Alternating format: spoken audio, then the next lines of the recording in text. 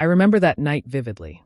It was the kind of evening when the air outside clung to your skin, sticky with humidity, while the inside of the house felt unnaturally quiet. My name is Ethan Miller, and I had just settled onto the living room couch, trying to distract myself with a late-night baseball game on TV. My wife, Claire, was upstairs. At least, that's what I thought. We had only moved into that old Victorian house a few months earlier, a decision that had seemed charming at the time. It had the wraparound porch, tall windows with heavy curtains, and the kind of creaky wooden stairs that made you feel like the house itself had a personality. The realtor called it historic. Claire called it romantic.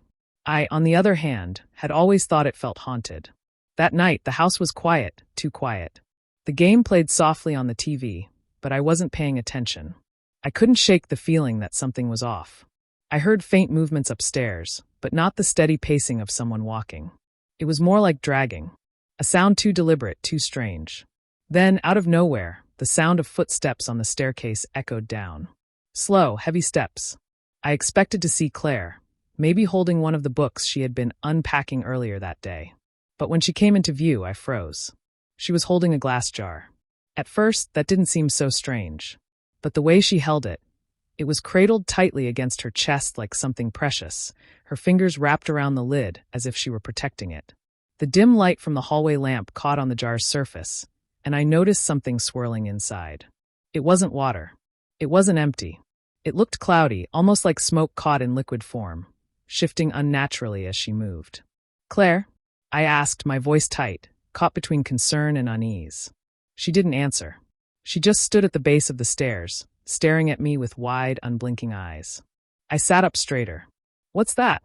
Finally, she spoke, her voice low but steady. "I found it upstairs." I swallowed hard. "Found what exactly?" Her gaze flickered to the jar, then back to me. "I don't know, but it wasn't there before." The jar looked old, maybe antique. Its glass was tinted faintly green, and the metal lid had the kind of patina you'd see on something that hadn't been touched in decades. But what was inside? It didn't belong to this world.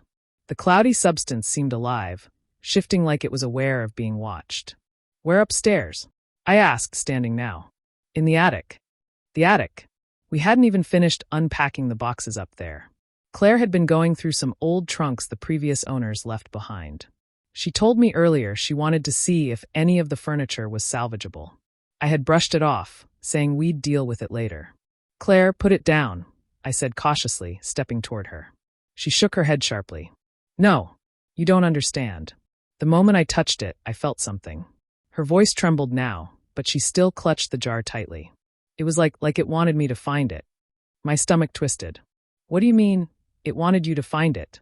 She bit her lip, her breathing uneven. "Ethan," I heard a voice. The room felt colder suddenly, like a draft had swept through even though all the windows were closed. I glanced at the jar again, and for a split second, I thought I saw something move inside, like a shadow forming into a face before dissolving back into the cloudy haze. "Claire, listen to me," I said firmly. "We need to get rid of that thing." She hugged it tighter. "No. If I let it go, something terrible will happen." The tension thickened between us, the silence broken only by the faint hum of the TV. My heart pounded. Part of me wanted to rush forward, grab the jar, and throw it out into the night. But the look in Claire's eyes stopped me. It wasn't just fear, it was devotion, like she was already connected to whatever was inside. I tried a softer tone. "Okay, tell me exactly what happened." She hesitated, then slowly walked into the living room, sitting down carefully with the jar in her lap. She kept stroking the lid absent-mindedly, as though it needed to be soothed. "I was opening boxes in the attic," she began. Then I heard it. A whisper. At first, I thought it was just the wind. But it said my name, Ethan.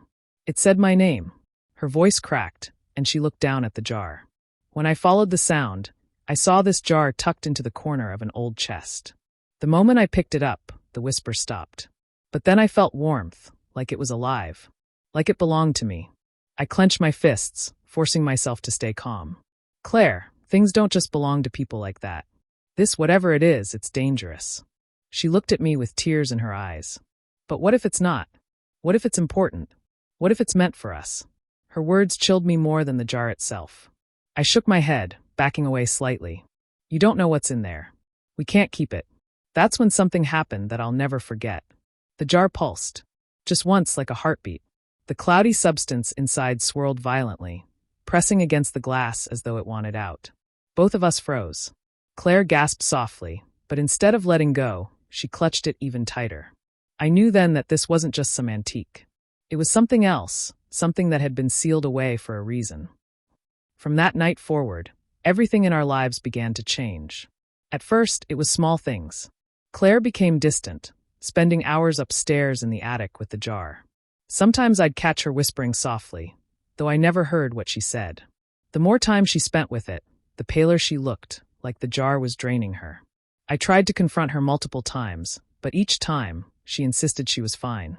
She claimed she was just tired, that the jar was nothing to worry about. But the look in her eyes betrayed her.